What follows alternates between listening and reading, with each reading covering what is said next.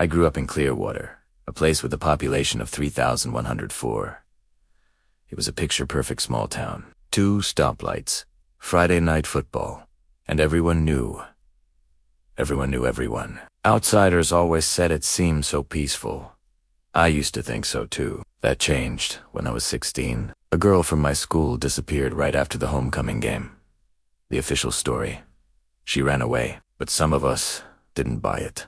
We searched the woods ourselves and found one of her shoes by the drainage creek. When we showed the sheriff, he just told us to stop interfering with an active investigation. A week later, her name vanished from the local paper. It was like she never existed. 10 years passed. I moved back home to look after my dad. The town was exactly the same, but now there were billboards everywhere, all talking about how safe Clearwater was. One night at the local bar, an old acquaintance had a bit too much to drink and said, "You remember the girl who ran off? She didn't run far." I pushed him for more, but he sobered up instantly and told me to just drop it. That should have been the end of it.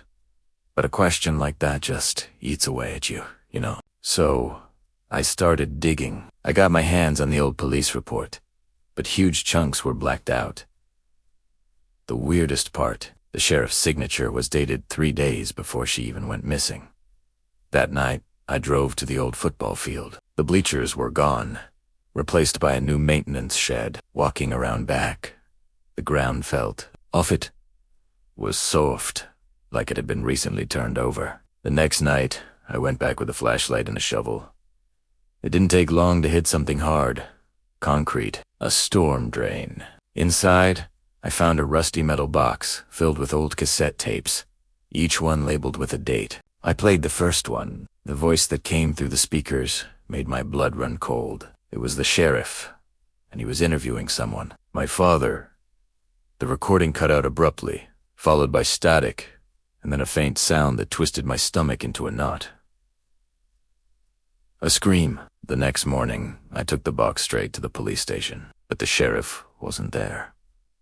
The deputy at the desk looked at me like I was crazy. He said there had never been a Sheriff Reynolds in this town. That night, my dad called me out to the porch. It was so calm, like he'd been waiting for me. He said, "You shouldn't have gone digging, son.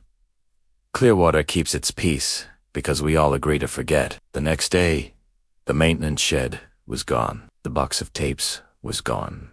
And when I looked online, every article, every record, every single mention of that girl had been wiped clean, except for one new thing.